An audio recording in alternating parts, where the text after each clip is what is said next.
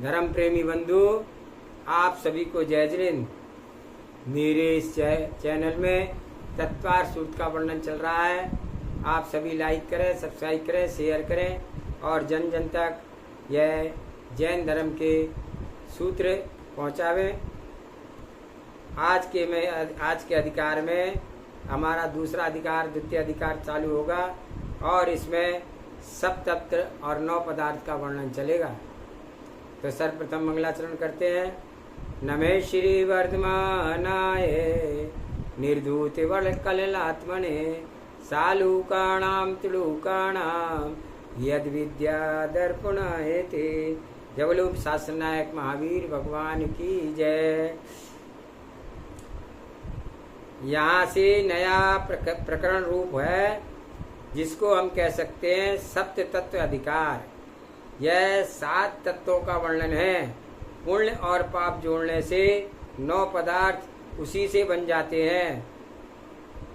जैसे 6 द्रव्यों की जानकारी में 5 अतिकाय का ज्ञान हो जाता है, वैसे ही 7 तत्वों की जानकारी से 9 पदार्थों का ज्ञान सहजता से हो जाता है। तो प्रथम गाथा इसमें कहते हैं, आसव बंधन संभर निज्जन मोके सपुण्य पावाजे जीवा जीव विशेषा तेवी समासेण पवनामो।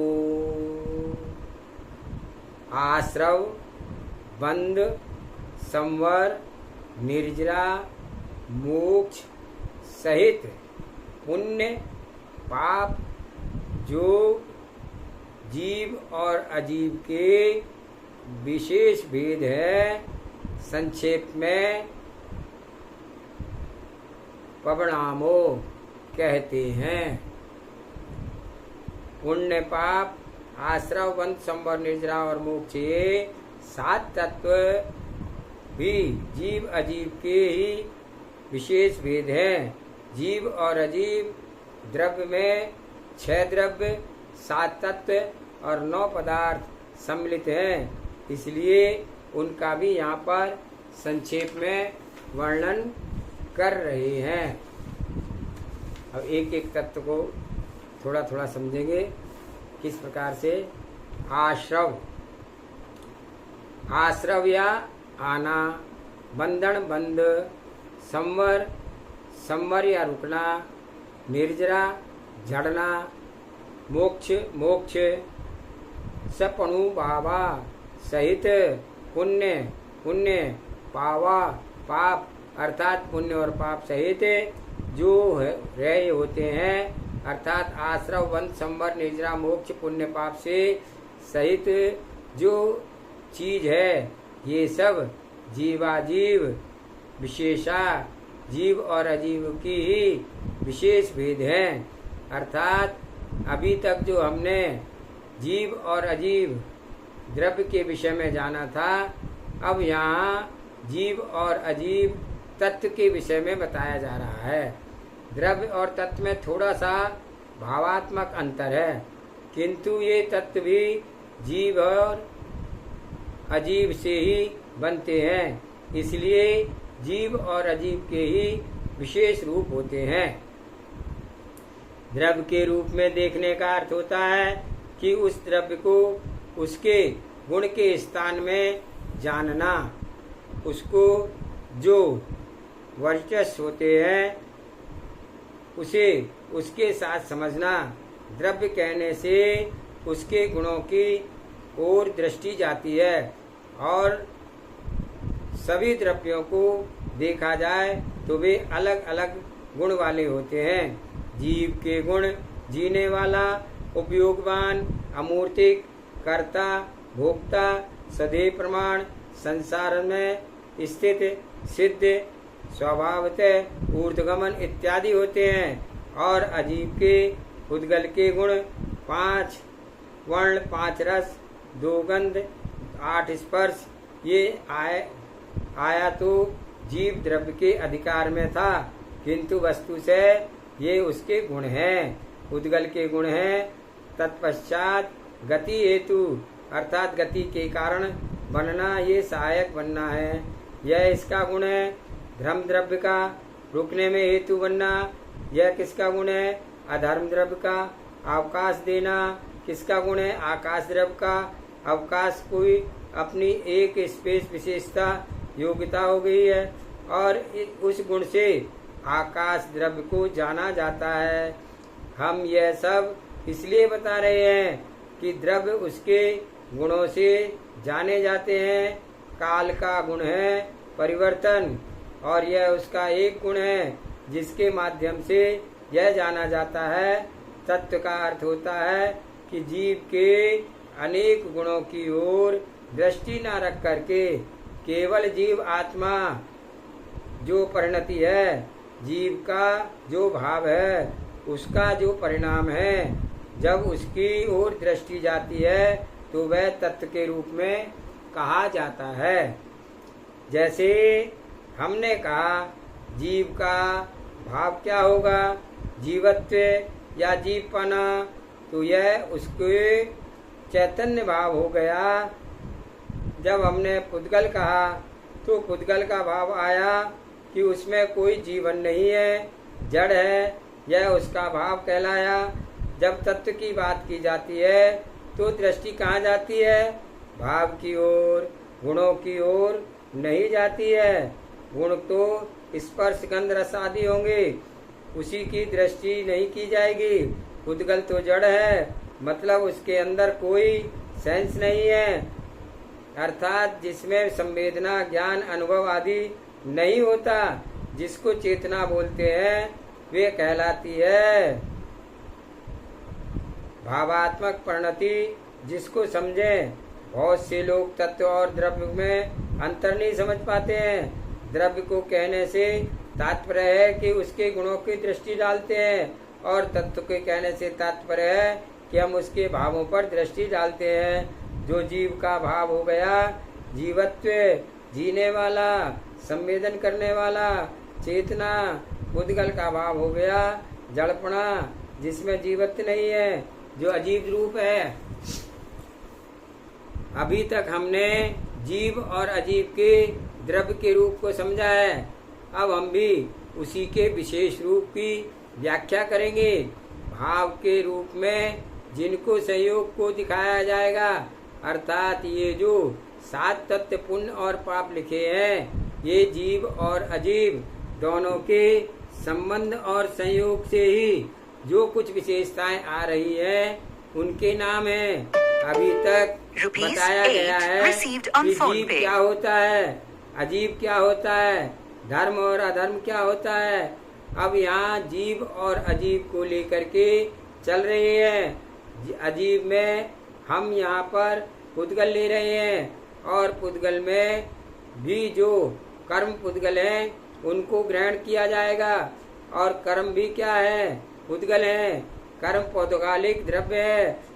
यहाँ पर जीव और कर्म के रूप जो पौद्गलिक अजीब द्रव्य है, उनके संबंध से आश्रव, बंध, संवर, निद्रा, मोक्ष, पुण्य, पाप आदि बनते हैं। ते भी यह भी समोषण पवनाभो संक्षेप में कहेंगे। ये भी समासेण संक्षेप में पवनाभो कहेंगे, अर्थात इन सभी का वर्णन हम संक्षेप में करेंगे। ये सभी चीजें हैं जीव और अजीब के द्वारा ही सब बन रहा है। अजीब में ही पुद्गल और पुद्गल में भी कर्म पुद्गल और शरीर के बाहर फैला हुआ पुद्गल आदि, यह सब कुछ नहीं, सिर्फ कर्म पुद्गल, उसे पुद्गल रूप अजीब और जो जीव आत्मा है, इन दोनों के कम्बाइनेशन संयोग से क्या होता है, हो जाता है, वह यहाँ पर बताया जा रहा है। सबसे पहले जब जीव और कर्म दोनों मिल गए तो क्या होता है? कर्म जीव में आते रहते हैं। कर्म का फ्लो जीव में बना रहता है। आश्रव का अर्थ होता है इनफ्लो। जो आत्मा है उसमें कर्मों का आना। आने का तात्पर्य यह नहीं है कि कोई बाहर से आता है हो। जहाँ आत्मा होती है वहाँ कर्म ऑलरेडी प्रेजेंट रहते हैं। जैसे ही हम भाव करते हैं और उसका फ्लो आत्मा में शुरू हो जाता है और उस फ्लो का नाम है आश्रव। जैसे ही हमने भाव किया वह कर्म हमारी आत्मा में आकर के बंध गया। यह बंद हो गया और जब किसी प्रोसेस से हमने उसको रोका तो वह संवर हो गया। फिर संवर होने के बाद जो अंदर पहले से कर्म का बंध को प्राप्त थे उन्हीं को हमने कुछ अलग अलग किया, थोड़ा सा हमने उसको डिसॉल्व किया तो यह उसकी निर्जरा हो गई। जब ये कर्म पूरे के पूरे आत्मा से हट गए, छूट गए, तो वह हो गया मोक्ष। इसी का नाम मोक्ष है। तो 7 तत्व होते हैं, जीव, अजीव, आश्रव, बंध, संवर, निर्जरा और मोक्ष। ये 7 तत्व प्रत्येक आत्मा के अंदर होते हैं। प्रत्येक आत्मा इनका 7 तत्वों को ही समझ सकती है, जान सकती है। लेकिन मुख्य संसारी आत्मा में क्या चल रहा है? जीव है, कर्म है, आश्रव है, बंध है और निर्जरा भी चलती रहती है। मोक्ष नहीं होता, संसार संवर भी नहीं होता। ये थोड़ा बहुत होता है लेकिन रुकता है, उससे ज्यादा बंध को प्राप्त कर लेता है। इन 7 तत्वों में से मोक्ष तत्व को छोड़ करके अन्य सभी तत्वों का थोड़ा बहुत क्रम चलता रहता है।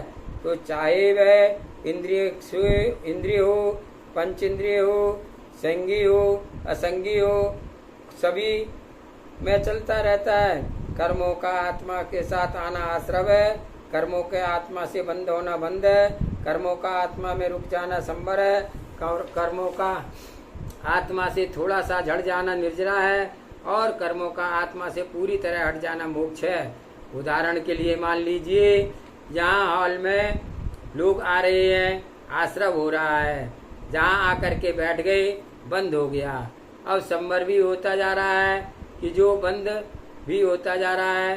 तो मान लो हॉल भर गया और इसके कारण से दम घुटने लगा, फिर क्या करना पड़ेगा? कहीं ना कहीं दरवाजा बंद करना पड़ेगा। जो बैठे हैं वे निकालना नहीं चाहते तो उन्हें निकालने से पहले आने वालों को रोकना होगा। इसके लिए वहाँ पर शटर लगा दिया तो वह हो गया संवर।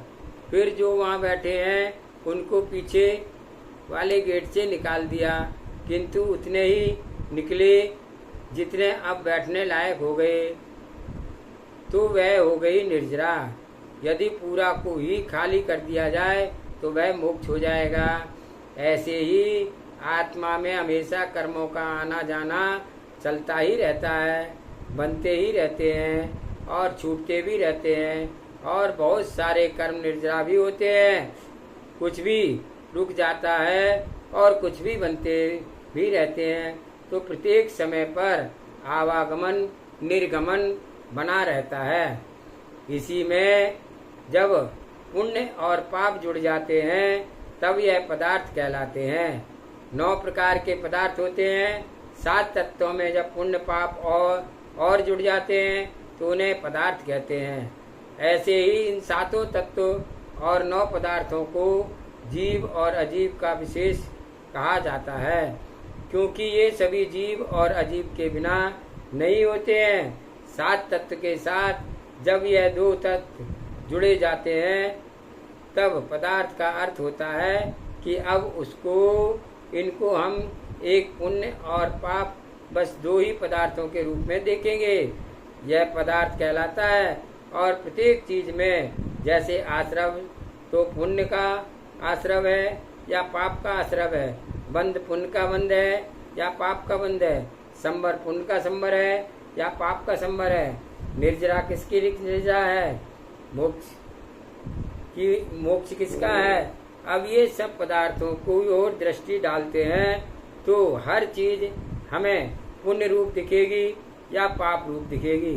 जीव और अजीव को भी ऐसा बोला जाता है कि पुण्य जीव है या पाप जीव है।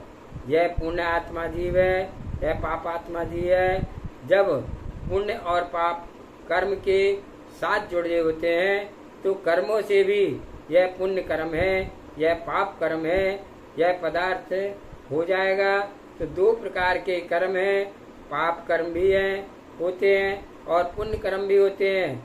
मोक्ष में तो दोनों ही कर्मों से मुक्ति चाहिए, पाप से भी मुक्ति और पुण्य से भी मुक्ति, क्योंकि कर्म तो एक दूसरे पदार्थ हैं। जब तक आपके साथ रहेगा, आपसे अपना काम करवाता रहेगा, और जब तक कोई भी वस्तु अपने पास रखोगे तब तक सुखी नहीं रह सकोगे।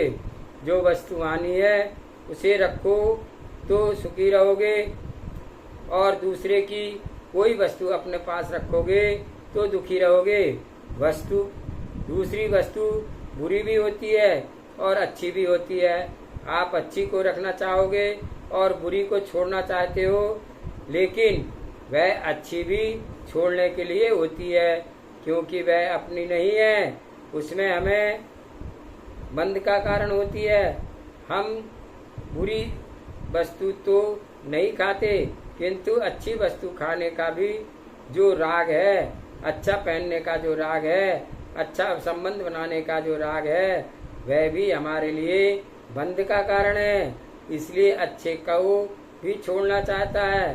भगवान को भी उस समवसरण का त्याग करना पड़ता है जिसमें जितना अधिक वैभव होता है, असंख्यात लोगों का भला हो रहा हो, अतः जिसकी चीज है छोड़नी ही पड़ती है। जो स्वयं अपनी समझदारी से छोड़ देता है तो उसके लिए उस चीज अच्छी चीज से भी मुक्ति मिल जाती है। तो आपको जो चीज अच्छी लग रही है वह भी एक प्रकार का बंधन है, इसलिए वह भी हमें परासित का कारण होने का छोड़ना ही पड़ता है। इसलिए समझदार लोग अच्छा बुरा समझ करके छोड़ते हैं, यह तभी को छोड़ना माना जाता है। वैसे ही किसी ने ग्रह छोड़ दिया और अपने संग संबंधियों को छोड़ दिया तो अच्छा छोड़ा या बुरा छोड़ा, अच्छा हो करके भी छोड़ना पड़ता है या नहीं। केवल बुरी चीज से मुक्ति बड़ी बात नहीं, अच्छा और बुरा जो भी हमारे अंदर है उन सभी को छोड़ना है, तभी सबकी निर्जरा होती है और सभी से ही मुक्ति मिलती है। अन्यथा यह होगा कि सिद्ध भगवान के पुण्य कर्म में बैठे हैं और पाप कर्म छोड़ दिए हैं। सिद्ध भगवान के पास कोई भी कर्म नहीं रहते हैं। यदि पुण्य कर्म होंगे तो फिर वे अपना फल दिखाएंगे, पुण्य का काम अपना काम करवाएंगे। फिर पुण्य के कारण से संसार में उन्हें कुछ ना कुछ अच्छा करना पड़ेगा, इसलिए सबको छोड़ना पड़ता है, अच्छा भी और बुरा भी। दान यदि आपके पास विचार करे कि हम अच्छे काम कर रहे हैं तो उन्हें क्यों छोड़ें, किंतु ये अच्छे काम करने के बाद विश्राम लेना ही पड़ता है। कब तक आप अपने कामों में लगे रहेंगे? कभी ऐसा ये समय भी आता है कि भैया अब सब कर लिया है, अब हमें कुछ नहीं करना है। वह कब आएगा?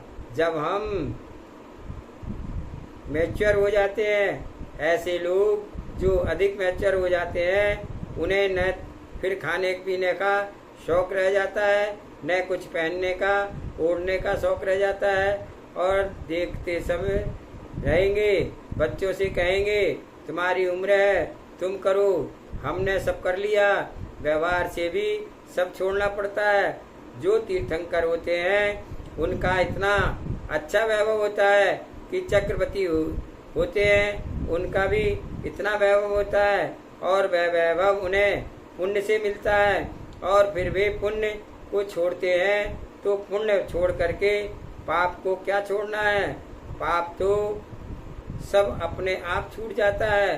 पुण्य आत्मा पुण्य से मिलता है और फिर वह उस पुण्य को छोड़ देता है।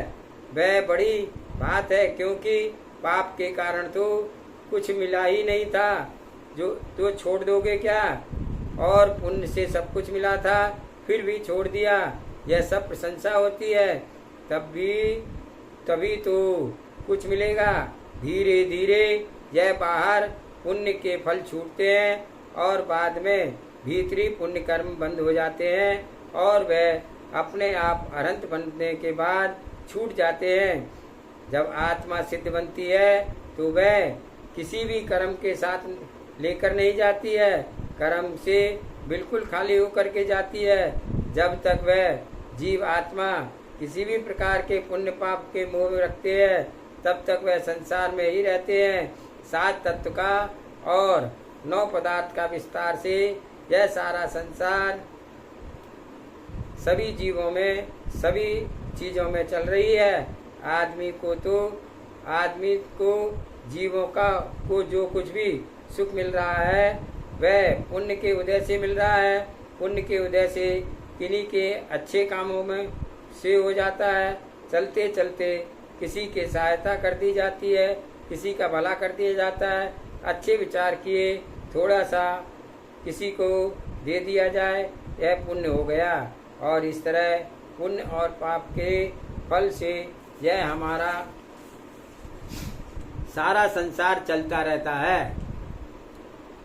अच्छे कार्यों में संलग्न हो जाता है और यह कारण संसार से उसका राग बना रहता है। इसलिए पुण्य को भी छोड़ना पड़ता है, लेकिन पहले पुण्य को नहीं, पुण्य के फल को छोड़ना पड़ता है।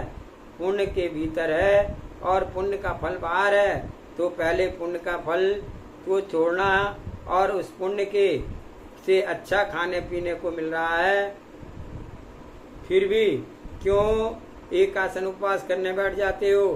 व्रत करने का संकल्प क्यों ले लेते हो? पुण्य के फल को छोड़कर देख रहे हो। थोड़ा कष्ट तो होता है, लेकिन वह भी कर्म की निर्जरा का कारण होता है। पाप के फल को छोड़ना वह तो सबसे ही छूटा हुआ है। पाप का फल क्या है? मान लो आपको कोई रोग हो गया, अब आप वह चीज नहीं खा सकते, तो यह पाप का फल से छूट गया। और डायबिटीज हो गई, दिवाली आए, रक्षाबंधन आए, मिठाई घर में बनेगी, किंतु तुम्हारे लिए नहीं। आप देखोगे बच्चे खाएंगे, घर में पापा का फल तो हमें जबरदस्ती, पाप का फल तो हमें जबरदस्ती छोड़ना पड़ता है। जो पुण्य का फल छोड़े वह बहादुर कहलाता है। जो ऐसी बहादुरी करेगा तो उसका पाप का फल भोगना ही क्यों पड़ेगा? उसको तो डायबिटीज ही क्यों होगी? यह सिद्धांत है कि जो जितना छोड़ता है उसे उतना ही ज्यादा सुख प्राप्त होता है। इसलिए पुण्य फल को छोड़ने का भाव बहुत ही साहसिक भाव कहलाता है। एक के सामने थाली लगी है और वह कहे कि हमारा तो उपवास है, और दूसरे के सामने थाली लगी है किंतु वह बीमारी के कारण नहीं खा पा रहा है, तो क्या दोनों चीजें घर में दिखाई नहीं देती है? समझ लो, सब अपना अपना कर्म कर रहे हैं, अपना अपना कर्म भोग रहे हैं। एक के सामने थाली लगी है पर वह खाने की हिम्मत नहीं है, और दूसरे के सामने थाली रखी देखता ही नहीं है, कहता है कि मेरा उपवास है। तो यही सब तो संसार में है, सब पुण्य पाप का खेल है। जिसको हम एक्नॉलेज नहीं होती वह पुण्य को भोगने में मस्त रहता है। पुण्य भोगने से भी उसका पाप का बंध होता है, जिसके कारण से वह बीमार पड़ जाता है और रोगी बन करके रहना पड़ता है। इसलिए पुण्य को भी छोड़ कर खाना। बच्चों के मन में यह प्रश्न आता है कि जब सब कुछ मिला है तो हम क्यों छोड़ें? क्या धर्म बना रखा है? यह नहीं करो, वह नहीं करो। उसके पीछे लॉजिक तर्क यह है कि मिलते हुए को भी छोड़ना, जिसको मिला है वह तो छोड़ेगा, और उसी को जिसको मिला नहीं है वह क्या छोड़ेगा। वह सोचता है कि जब हमको और मिल जाए तब छोड़ेंगे, तो उसको ना मिल पाता है, ना वह छोड़ पाता है। और छोड़ने का नाम ही निर्जरा करना होता है। और उपवास से क्या होती है? कर्मों की निर्जरा। जो पाप कर्म आगामी समय में निरंतर हमारे लिए फल देने में आ रहे हैं, हमने उन्हें पहले से ही कह दिया है, प्लीज गेट आउट, और मेरी आत्मा से अपने स्थान को हटा लो, खाली कर दो। मुझे पता पड़ गया है कि तुम मुझे दुखी कर देने वाले हो, उससे पहले ही मैंने भगा दिया। इसका नाम है निर्जरा। हमेशा निर्जरा जो होती है वह समय पर आने वाले कर्मों की ही नहीं, समय से पहले होती है। अर्थात जो अपना फल 2 साल 10 साल बाद देने आता है, मैंने पहले ही खींच करके बाहर कर दिया, उसका नाम निर्जरा है। ऐसा करके इन कर्मों को अपने स्टोरेज से बाहर कर दिया, खाली कर दिया।